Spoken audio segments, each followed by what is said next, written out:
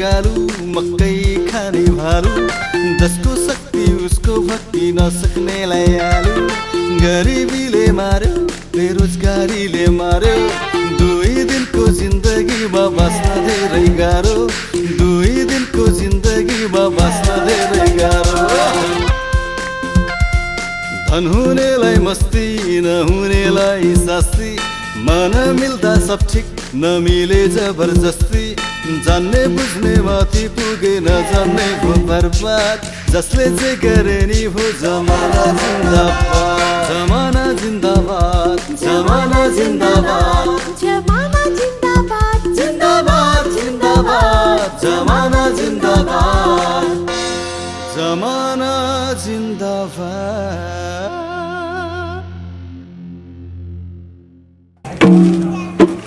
देउसी खेल्ने हो मजाले रमाउने पैसा कमाउने यी भन भन भाइयो यी राम्ररी कोही कोपले चमक चमक गर्दै बे देउसी खेल्ने हो मजाले रमाउने पैसा कमाउने या मुला यस्तो चाडबाडको समयमा नि इन्जोय गर्न छोडेर देउसी खेल्ने आज हामीसँग गरौँ तास खेल्न जाने हिँड म तास खेल्दिनँ तास खेल्न आउँदैन मलाई म त देउसी खेल्ने हो कसैले फेरि दाइको अहिले आज रमाइलो मलाई तास खेल्न आउँदैन म देउसी खेल्छु भनेको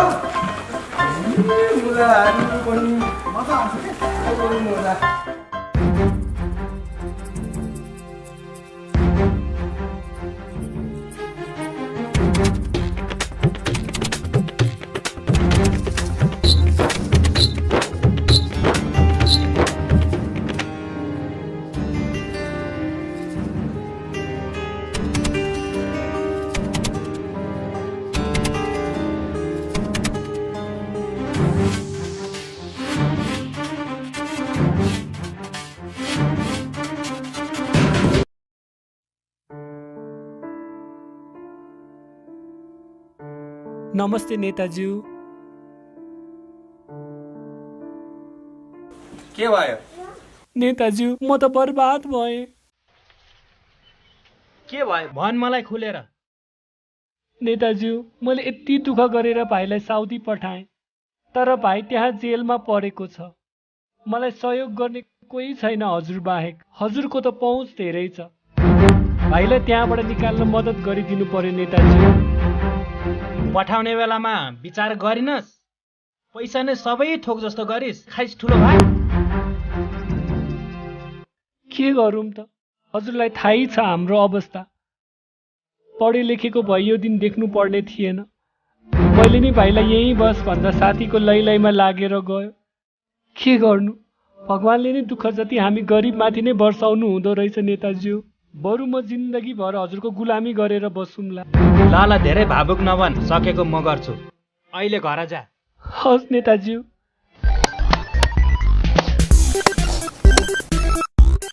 काट्न बे यार के हेरेको बस एकका हुन्छ ल बुढो मान्छेहरू बुढो बुढो ओ तेरो बाउ है तेरो बाउ तेरो बाउ नकराइ म पर्खाइदिन्छु हान्नै पर्ने रहेछ ओला यसको त उडी उडी फेरि म त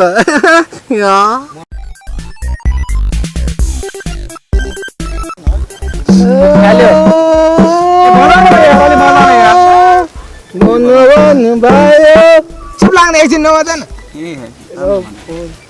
राम्ररी भन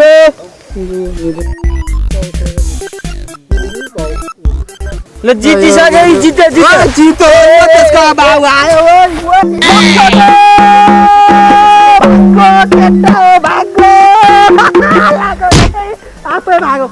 मलाई देउसी खेल्न नदिने पैसै छैन कहाँ पैसा तास खेल्ने हो होइन काका देउसी खेल्न आएको म त देउसी खेलेको मैले देउसी हो काका यो त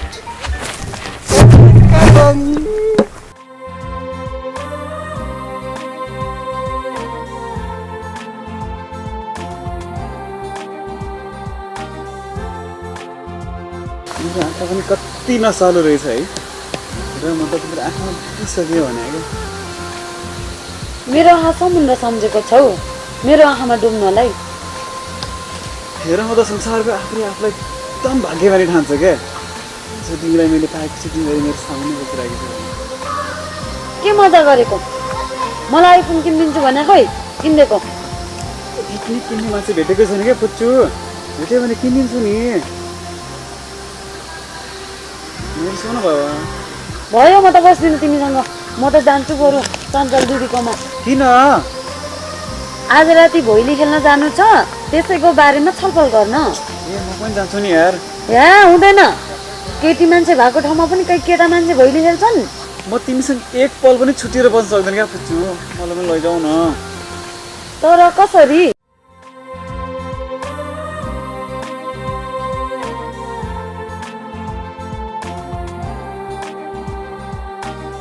हो नि।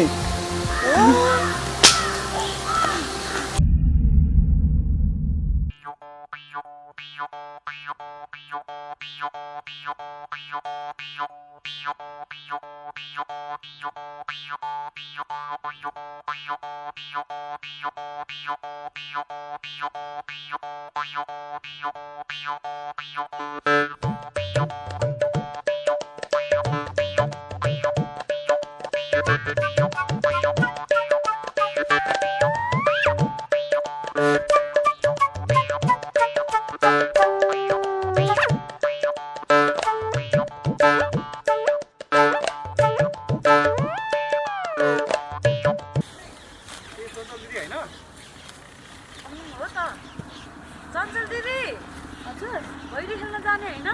जाने।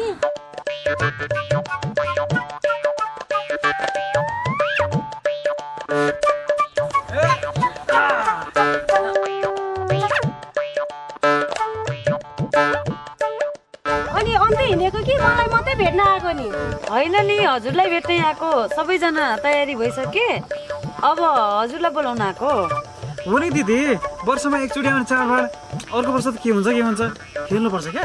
जानियो हामी केटी मान्छे भैली खेल्न जाने ठाउँमा त केटा मान्छे भएर किन जानु पर्यो क्या? हुँदैन जान। भनेको हो, जसरी भए पनि जान्छु भन्छन्, माने पो। तर कसरी? दिदी त्यसको चिन्ता नगर्नु, सबै कुराको व्यवस्था भइसक्यो। तर भैलो खेल्ने कार्यक्रम चाहिँ हजुरकै घरबाट सुरु गर्नुपर्छ। भइहाल्छ नि बहिनी, किन नहुनु?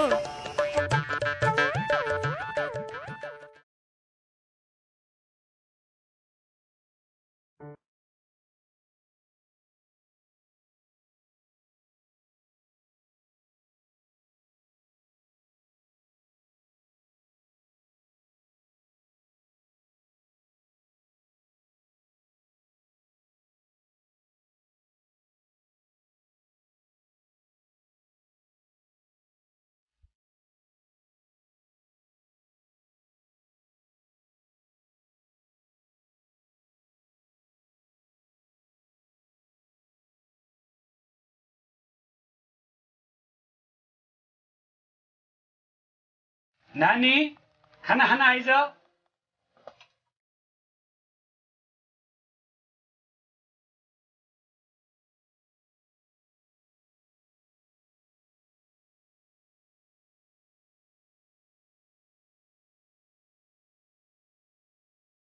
लखा ढिँडो। जहिले पनि ढिँडो खान्न म। ढिँडो नखाए के खान्छस् त? एक दिन होइन, 2 दिन होइन, सधैँ ढिँडो नै पकाएको छ। हामीले मासु भात नखाएको कति दिन भयो थाहा छ तपाईँलाई? म एक्लैको कमाली यही ढिँडो खान त धौधौ परिसक्यो। मासु त उही हो। अब केही राहत होला भनेर काकालाई विदेश पठाएको, ऊ पनि उतै बिचलीमा परेर बसेको छ। पोहोर दसैँमा त खाएकै हो नि।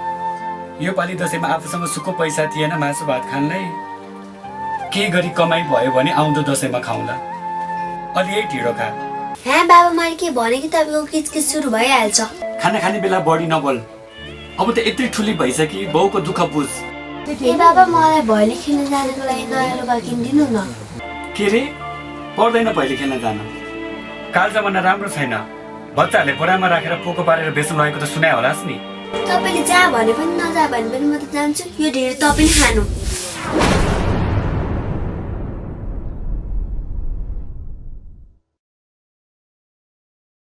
हे नसक्ने भयो योसँग मैले त।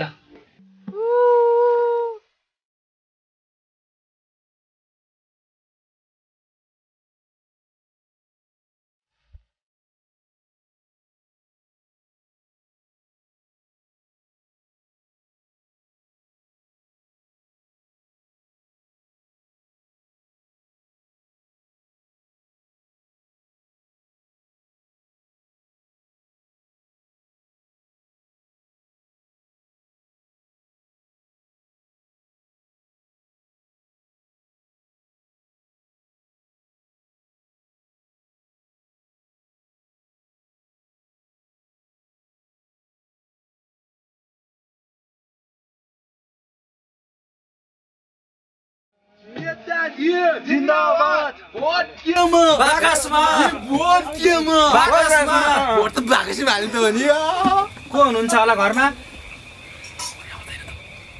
काका कोही आएन आउनुहुन्छ।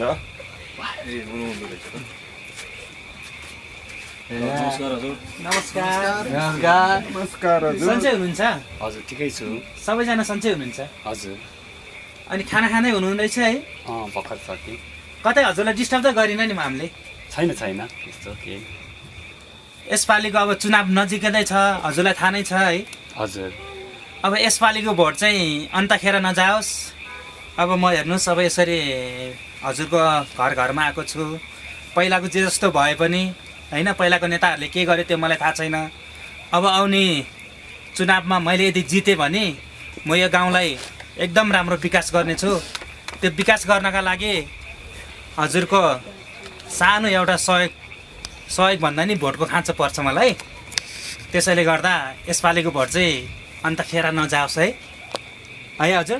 त्यो चाहिँ म ढुक्क भएँ है। यता भोट हाल्यो भने यता नोट पनि आउँछ है नेताजी। जिस्किन्छ कि यो गोफले अलिकति जिस्किन्छ, रमाइलो।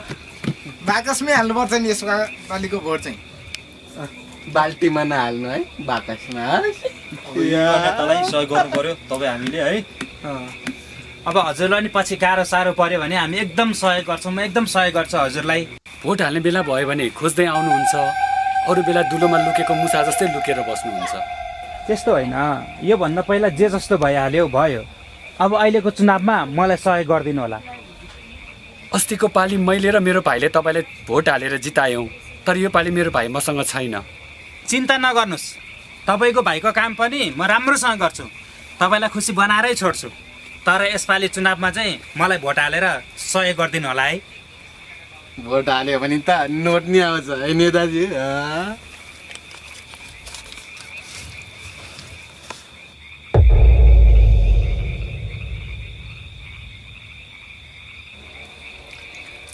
कुन मुखले भन्न सक्नुभयो तपाईँले यस्तो? तपाईँलाई अलिकति पनि लाज छैन? कुन मुखले यस्तो भन्न सक्नुभयो? कुन मुखले हुनु नि? दाँत जिब्रो भएको यही मुखले है नेताजी।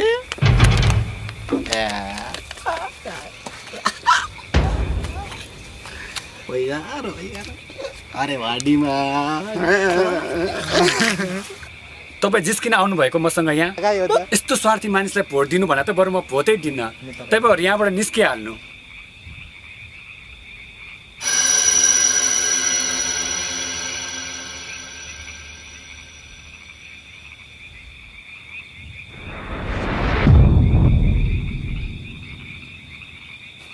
भोट चाहिँ हालेका हाल्दे एक भोट जे भयो नि यसपालि चुनावमा एउटा भोट चाहिँ हजुरको। भोट चाहिँ हालेका हाल्दे एउटा भोट त दिनुपर्छ हजुर। बाकसमा त हाल्नै पर्छ।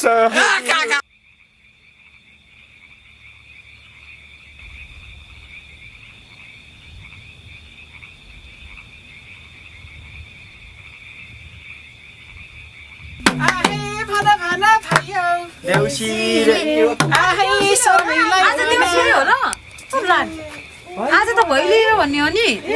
ल भट्यौ भट्यौ।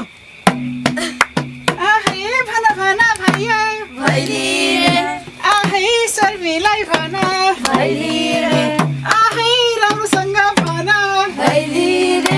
आहै भैली आयो आहै सेलरोटी खानुपर्छ ए यो घरको मान्छे है छिटो बाहिर है आउनु होला है हामीलाई ढिलो है भइसक्यो है चिसो भयो बाबाले म बोलाएर नि तपाईँहरू देउसी गर्दै भन्नु हुन्छ जाऊ ल चाडपर्वको बेला पनि किन रोइरहेकी हो किन रोको राम्ररी भन है शर्मीलाई भन है शर्मीलाई भन है शर्मीलाई भन है तिहारै आयो है तिहारै आयो है भैली भन है भैली भन है भैली भन है भैली नानीहरू त भैली राम्रो खेल्दो रहेछौ अब नाच पनि को चाहिँ राम्रो नाच्दो रहेछ हेरौँ त एकचोटि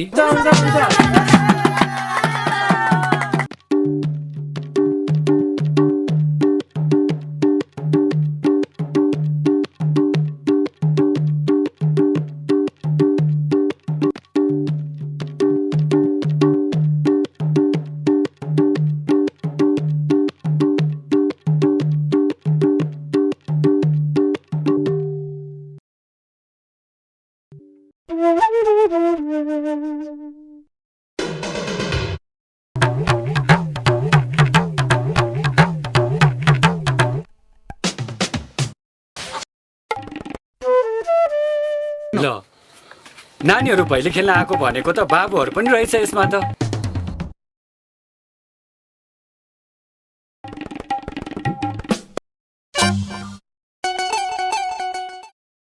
काम गर्ने कालु मकै खाने भालु जसको शक्ति उसको भक्ति नसक्नेलाई आलु गरिबीले मार्यो बेरोजगारीले मार्यो 2 दिनको जिन्दगीमा बाँच्न धेरै गाह्रो 2 दिनको जिन्दगीमा बाँच्न धेरै गाह्रो धन हुनेलाई मस्ती नहुनेलाई शास्ति मन मिल्दा सब ठिक नमिले जबरजस्ती जान्ने बुझ्ने माथि पुगे नजान्ने भो बर्बाद जसले चाहिँ गरे नि भो जमाना जिन्दाबाद जमाना जिन्दाबाद जमाना जिन्दाबाद